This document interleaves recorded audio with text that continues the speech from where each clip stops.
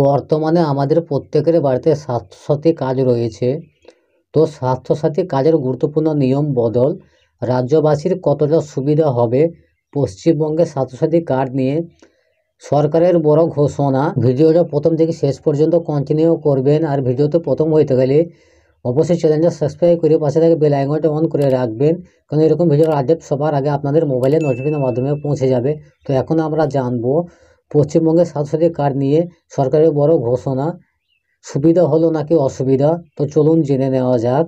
এখন থেকে স্বাস্থ্যসাথী কার্ড থাকলেই প্রাইভেট হাসপাতালে আর ইচ্ছে মতো চিকিৎসা করাতে পারবেন না রোগীরা। নিয়ম বেঁধে দেওয়া হলো রাজ্য সরকারের, গভর্নমেন্ট অফ ওয়েস্ট বেঙ্গল তরফে। এতদিন পর্যন্ত স্বাস্থ্যসাথী কার্ড দেখিয়ে রাজ্যের যে কোনো হাসপাতালে বিনামূল্যে চিকিৎসা পরিষেবা মিলত, ফলে উপকার হতো গরিব মানুষের। কিন্তু সেই সুবিধা বন্ধ হলো এবার। এখন থেকে বিশেষ কিছু ক্ষেত্রে হাসপাতালগুলিতে গ্রাহ্য করা হবে না এই স্বাস্থ্যসাথী কার্ড। এ কথা স্পষ্ট জানিয়ে দিল রাজ্য স্বাস্থ্য দপ্তর। মূলত যাদের স্বাস্থ্যসাথী কার্ড রয়েছে তারা বেসরকারি হাসপাতালে গিয়ে কার্ড দেখিয়ে কম দামে চিকিৎসা পাওয়ার দাবি জানাচ্ছেন। এখন বিশেষত অর্থোপেডিক সংক্রান্ত চিকিৎসার ক্ষেত্রে এই ঘটনাটি ধরা পড়েছে বলে স্বাস্থ্য দপ্তর সূত্রের। এদিকে রাজ্য স্বাস্থ্য দপ্তরের তরফে বলা হয়েছে যে সরকারি হাসপাতালগুলিতে এখন পর্যাপ্ত পরিমাণ পরিকাঠামো তৈরি হয়ে গিয়েছে। সেক্ষেত্রে মানুষজনের আর শুধু বেসরকারি হাসপাতালগুলিতে ভিড় করার কোনো দরকার নেই।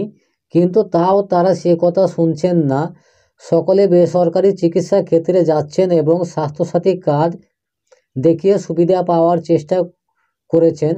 বর্তমানে বেসরকারি হাসপাতালগুলিতে জায়গা কম থাকার সমস্যা রয়েছে। অতিরিক্ত রোগী ভিড় করার ফলে সেখানে অসুবিধার সৃষ্টি হচ্ছে বলে জানিয়েছেন স্বাস্থ্য বিভাগ সূত্রের খবর অনুযায়ী।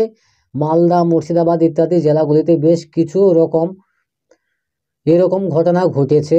সেক্ষেত্রে বাধ্য হয়ে এবার এই বিষয়ে বিশেষ ধাঁধা দিল স্বাস্থ্য ও পরিবার কল্যাণ দপ্তর। এখন পশ্চিমবঙ্গ রাজ্য স্বাস্থ্য দপ্তরের তরফ থেকে প্রকাশ করা নয়া নির্দেশিকা স্বাস্থ্যসাথী কার্ড ব্যবহারের ক্ষেত্রে নতুন নিয়ম উল্লেখ করা হয়েছে। সেখানে বলা হয়েছে এখন থেকে অর্থোপেডিক চিকিৎসার জন্য যে কোনো রোগীকে প্রথমে সরকারি হাসপাতালে ভর্তি হতে হবে।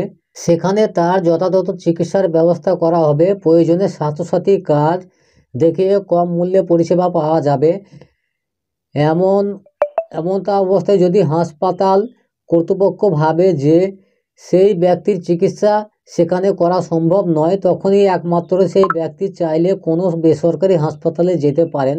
তবে এর জন্য অবশ্যই সেই হাসপাতাল কর্তৃপক্ষের কাছ থেকে একটি লিখিত রেফারেন্স নিতে হবে। ইচ্ছা হলেই কেউ স্বাস্থ্যসাথীর কার্ড দেখে বেসরকারি হাসপাতালে গিয়ে চিকিৎসা করাতে পারবে না।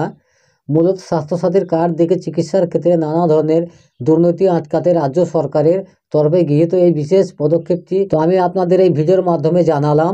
তো ভিডিও যদি আপনাদের ভালো লেগে থাকে ভিডিওতে অবশ্যই একটা লাইক করবেন, চ্যানেলটা সাবস্ক্রাইব করে পাশে থাকে বেল আইকনটা অন করে রাখবেন।